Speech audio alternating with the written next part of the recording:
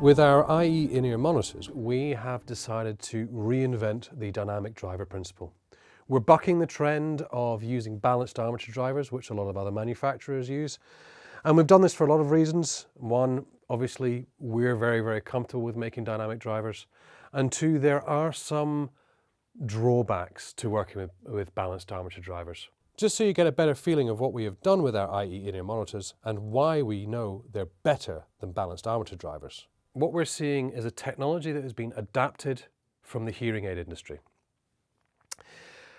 With balanced armature drivers, they are very, very small.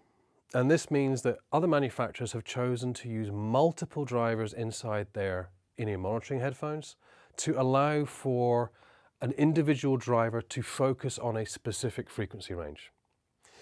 This brings with it some complexity. And it brings with it some drawbacks that we have chosen to stay away from. When we have a headphone with multiple drivers, it means we can have one driver focusing on our low frequencies. We can then have another driver focusing on our mid frequencies.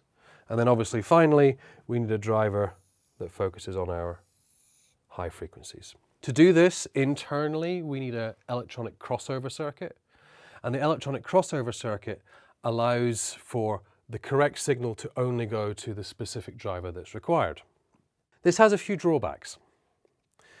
First and foremost is the pure fact that this will create some phase issues. These phase issues will then, in due course, create some distortions in the frequency response of the headphone, which means that you will not necessarily get as coherent an image as you would get if you're working with a single driver headphone.